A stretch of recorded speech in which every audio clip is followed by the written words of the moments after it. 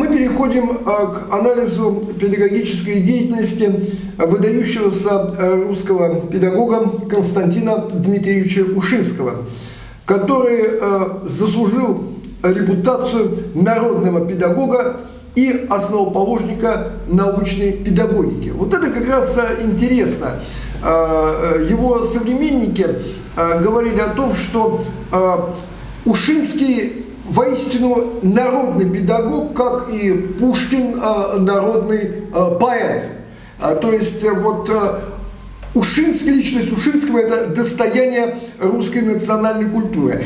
И, с другой стороны, его называют основоположником научной педагогики. Но мы знаем, что педагогику как науку, да, создал Ян Амос Каменский. Вот. Но вот эту вот традицию Яна Амоса Каменского в плане такого научного подхода к педагогике продолжил Константин Дмитриевич Ушинский. Даты его жизни таковы. Он родился 3 марта 1823 года и свою жизнь закончил 22 декабря 1870 года. То есть он прожил очень мало, всего-навсего чуть более 46 лет. И особенности его биографии таковы. Он являлся теоретиком и практиком образования. Вот это его роднит с его предшественниками, да, вот, о которых мы говорили выше. Он противник бюрократизации образования и оторванности образования от реальной жизни. Он приверженец идеи народности образования. Вот почему его называли народным педагогом, снова мы к этому возвращаемся. И Ушинский – это образец требовательности к самому себе и принципиальности в педагогической деятельности. Ушинский оставил огромное теоретическое наследие, и основным его педагогическим научным трудом является книга «Человек как предмет воспитания. Опыт педагогической антропологии». Другие его труды не менее известны. Это книги «Детский мир», «Родное слово», о народности в общественном образовании, а также многочисленные учебники и хрестоматии для школ. Несомненно, Ушинского, как и других деятелей педагогической мысли и практики, прежде всего интересовали вопросы воспитания. И Ушинский создал замечательную теорию воспитания.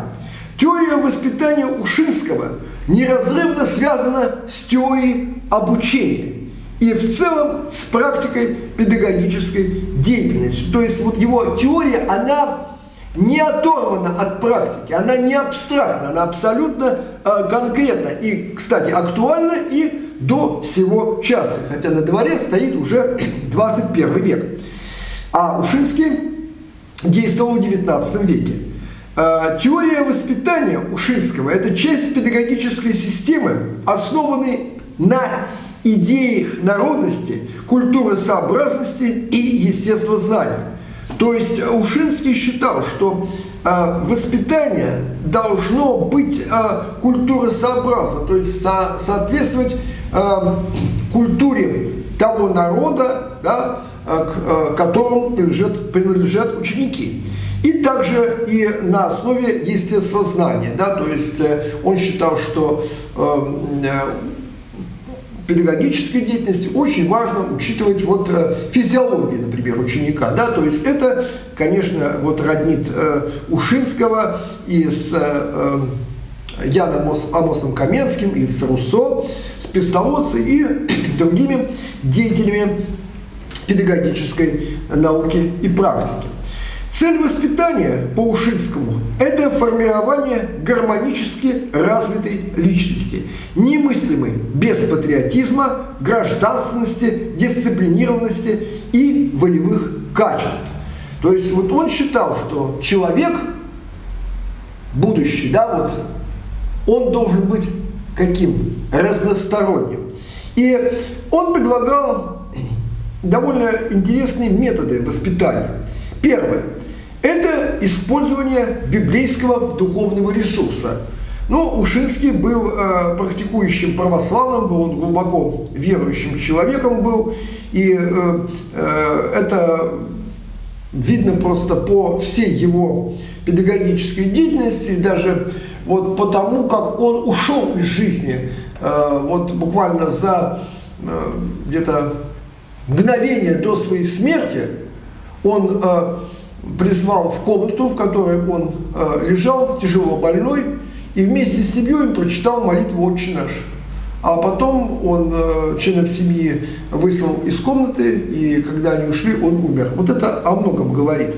Важно, как человек живет, но не менее важно, как он умирает. Второй момент.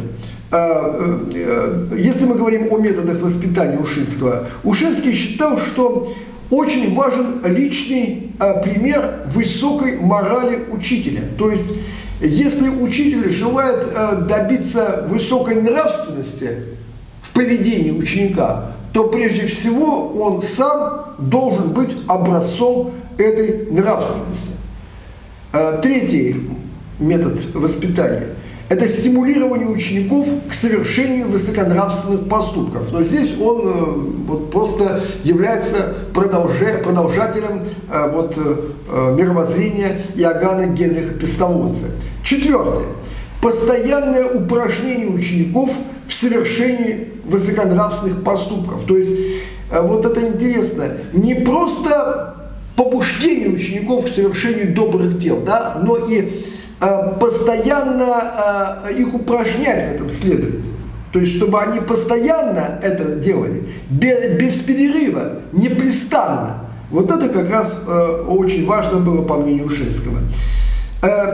Пятый метод воспитания – преодоление учениками трудностей нравственного характера в процессе трудового и других видов обучения. Ну, понятно, что вот в процессе, например, трудового обучения, да и другого профессионального, например, обучения возникают трудности нравственного характера. Ну, предположим, один ученик быстрее может выточить на токарном станке, предположим, да, какую-то фигуру там, из дерева или из металла, да, а другой медленнее, да, но вот вопрос, да, вот как быть в этой ситуации тому ученику, который сделал быстрее, то есть он должен помочь тому, кто делает медленно, да, то есть вот это тоже вот интересный вопрос, да, вот как это все проделать. И шестой метод – это убеждение, предостережение и поощрение учеников. Ушинский был категорическим противником там, физических наказаний или там, морализаторства вот, излишнего. То есть вот, очень часто дети отрицательно реагируют, когда их наказывают физически, это понятно, или когда им нудно и скучно читают мораль. Вот. Ушинский считал, что необходимо убеждать учеников, то есть разъяснять им ясно, кратко, вот как нужно поступать, да, и как поступать не нужно. Вот. Но при этом убеждение оно должно подкрепляться личным примером учителя. Вот личным примером учителя. И этот личный пример, он очень много размышлял над вообще вопросом личного примера воспитания, будь то воспитание родительское или учительское, да? Потому что ребенок, он воспитывается как в школе, так и дома. И вот этот личный пример, он очень важен. Я вот всегда вспоминаю свою маму, она меня вот тоже воспитывала исключительно личным примером. Например, она меня научила быть обязательным. То есть, если вот я что-то сказал, то я стараюсь это выполнить. И этому я научился у мамы. Причем мама не читала мне никакой морали, не говорила там: сынок, да, вот надо вот выполнять данное слово. Этого не было вообще. Вот. Но я видел на практике, как она выполняла данное слово, и старался походить на нее. У меня были такие очень интересные примеры. Много таких примеров, но я приведу только один. Где-то лет в 6 или в 7 я очень любил конфеты трюфели. Вот. Но они довольно редко продавались в Советском Союзе, очень вкусные, дорогие конфеты, я их очень любил. И я просил маму вот, купить трюфели на Новый год, на новый 1967 год. То есть мне было как раз где-то уже 8 лет в это время.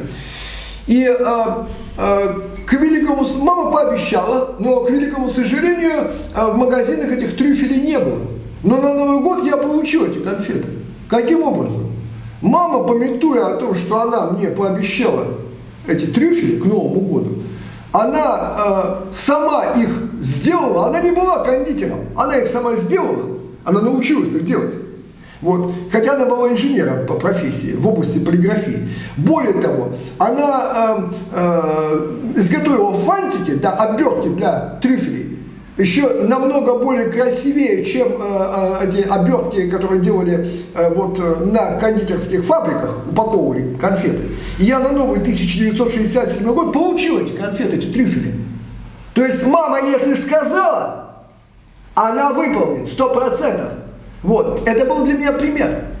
И я также, если я что-то сейчас пообещал, вот, я выполню, чего бы мне это ни стоило, как поется в песне, даже в морге он будет играть. Да? Вот, если ты сказал, я сделаю, то надо делать. Вот. И меня этому никто не учил. Мне говорили, Вовочка, надо вот это делать, вот точно, нужно быть пунктуальным, нужно вот выполнять данное слово. Мне никто это не говорил об этом. Но я видел свою маму, это был для меня пример. Вот. И я, сообразно этому примеру, поступал. Вот о чем, на что Ушинский обращал внимание. То есть очень важно в воспитании личный пример. Да мы ничего не добьемся вообще от своих детей или от учеников в школе, если мы педагоги, если мы не можем своей личностью явить пример. Вот. То есть это ясно, это логика элементарная. Ушинский предлагал также как в качестве метода воспитания предостережение. Вот. Предостережение. То есть, ну, в общем-то, если ученик что-то делает не так, то, в общем-то, Ушинский предлагал им объяснить ему, что вот могут быть такие-то, такие-то, такие-то последствия. Делай выводы. А вот решение ты должен принять сам. Вот это интересно. И он считал, что методом воспитания очень важным является поощрение учеников. Поощрение. Вот. То есть важно поощрять. Вот. И поэтому ничего в этом плохого нет, в поощрении. Вот. Но только нужно это делать верно, грамотно, поощрять так, чтобы это не было обидно другим, например, ученикам. Вот, то есть это уже вопрос, да, вот как бы очень такой конкретный. И здесь требуется что от учителя? Ну, педагогическое мастерство. И все методы воспитания, по мнению Ушинского, они должны быть природосообразны и должны находиться в четком соответствии с возрастом воспитанников. Это то, о чем говорил Ян Амос Каменский, Жан-Жак Руссо, Иоганн Генрих Пестоводцев, да? Вот, то есть вот эти идеи, да, они через века проходили, и совершенно в разных странах, да, педагоги, они приходили к одному и тому же, вот, во многих вопросах. И также Ушинский разработал и теорию обучения, то есть не только он был теоретиком воспитания, он был и теоретиком обучения. Вот, и практиком. Вот, и это вообще особый вопрос, его педагогическая карьера, она очень интересна. И о нем очень много литературы, и желающие могут прочитать о его педагогической деятельности. Вот все то, о чем вот он говорил, да, вот о том, о чем он писал, вот, то, о чем мы сейчас говорим, это все не абстрактные какие-то отвлеченные идеи, как это было часто у кого? У Жана-Жака Руссо. А у него все это было прожито и проделано. То есть вот нет ничего в его теории такого, чего бы он не делал на практике. Вот. Так вот, по мнению Ушинского, цель обучения такова. Обучение – это средство все-таки воспитания, по его мнению. И оно не замыкается на чисто дидактических задачах. на чисто дидактических, то есть чисто обучающих задачах. В обучении приоритетно, по его мнению, классно-урочная система, предполагающая твердое расписание занятий, сочетание фронтальной и индивидуальной работы с учениками, чередование уроков по степени сложности. То есть где-то вот это его роднит с Гербартом, кстати, вот о котором мы говорили недавно. Вот. Только у Гербарта это все выглядело очень так жестоко, когда да, вот у него все это замыкалось, о чем бы он ни говорил, все замыкалось на подавлении воли ученика. Ученик должен все время быть занят. Вот все время он должен что-то делать под контролем, и учитель должен над ним давлеть. У Ушинского все было наоборот, но тем не менее, с Гербартом его роднит что? Вот некая такая склонность к организованности. Да? То есть сам Ушинский был очень организованным человеком. Вот. И материал обучения, по мнению Ушинского, он должен быть посильным для учеников. То есть не должно быть ничего такого, от чего ученик бы надрывался. То есть материал должен быть посильным. И важно при этом, по мнению Ушинского, использовать средства наглядности. Да? Что роднит его с Иоганном Генрихом Пестоводцем. А Ушинский очень много размышлял о значении учителя. По его мнению, учитель должен быть для учеников одновременно и отцом, и матерью. Очень похоже, да, на то, о чем писал в материнской школе Ян Амос Каменский, да, то, о чем многократно говорил Иоганн Генрих Пестоводцы. Да? То есть очень важно в школе максимально организовать процесс обучения и воспитания близкий к семейной обстановке. Возможно, это сверхзадача, но ведь дорогу-то осилит идущий. И не зря многие поколения педагогов, выдающихся, говорили одно и то же, что школу, это не важно, какая-то там начальная, средняя или высшая, ее нельзя превращать в какое-то казенное учреждение, в подобие тюрьмы или армии. Ни в коем случае должна быть такая теплая семейная обстановка. И учитель, по мнению Ушинского, он должен быть для учеников одновременно и отцом, и матерью. И на этом, кстати, будет строиться его авторитет. Не только на его познаниях больших. Да, это очень важно, иметь огромные познания учителя. Но важно то, чтобы к нему относились ученики как к родному. И, может быть, в опыте слушателей моих сейчас есть такие учителя, которые к своим ученикам относились как к родным детям. Но, к великому сожалению, наверное, таких учителей все-таки мало. Но они есть. И поэтому сразу вспоминается библейский стих: «Не все делайтесь учителями». Потому что учителем может стать не каждый. И если учитель желает такого, стяжать авторитет, у учеников, авторитет нужен, несомненно, то он должен что? Мы опять к этому же приходим. К тому, о чем мы говорили, любить своих учеников, какие бы они ни были. И Константин Дмитриевич Ушинский разработал систему требований к педагогам, которой неукоснительно следовал сам всю свою жизнь. Каковы эти требования? Первое. При любых обстоятельствах сохранять внешнее спокойствие. Второе. Иметь прямоту в словах и в поступках. Третье. Действия должны быть обдуманными. Четвертое. Педагог должен обладать решительностью. Пятое. Избегать саморекламы и хвастовства успехами на педагогическом поприще. Шестое. Не допускать инерционности в мышлении и в действиях. Седьмое.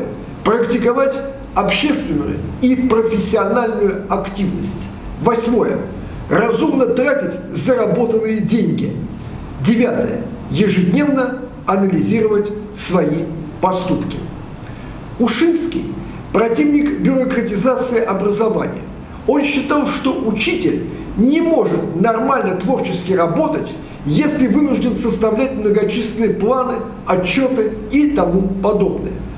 Бумага казенная губит любое живое дело, считал он.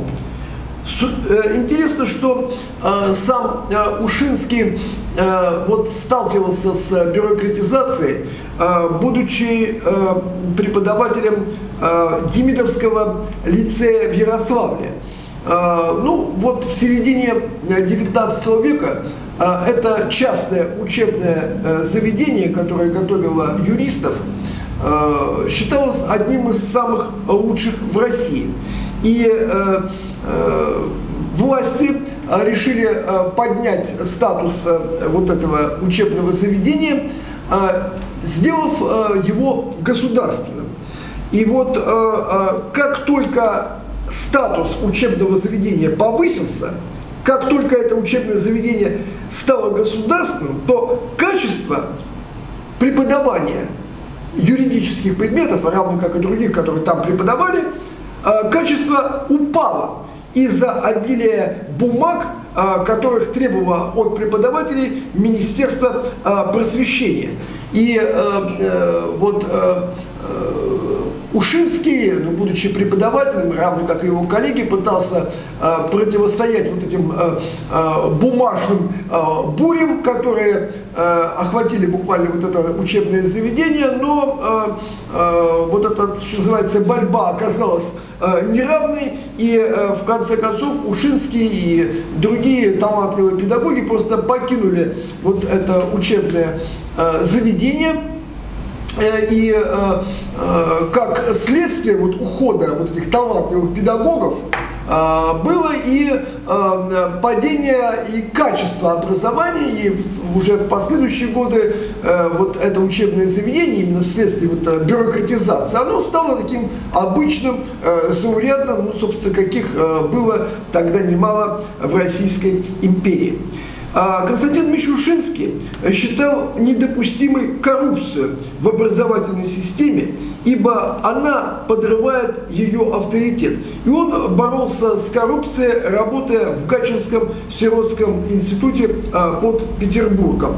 Он там столкнулся с такими явлениями, как проставление преподавателями оценок за деньги, получение учителями классного чина за деньги, и воровство казенного имущества, воровство пожертвований, которые поступали в это учебное заведение. Но вот, кстати, он, будучи инспектором Гатчинского сиротского института, он навел там порядок, и, в общем, это была такая большая радость для питомцев этого учебного заведения, ну и также для вот всего педагогического сообщества в России. Но интересно, что с бумагами вот в этом учебном заведении все было в порядке. То есть вот эта вот бюрократизация образования, она на самом деле не является противовесом, например, коррупционным явлениям в педагогическом деле. Поэтому, равно как вот коррупция и бюрократизация, это, по сути дела, являются звеньями одной цепи, и они, по мнению Ушинского, были недопустимы в системе образования.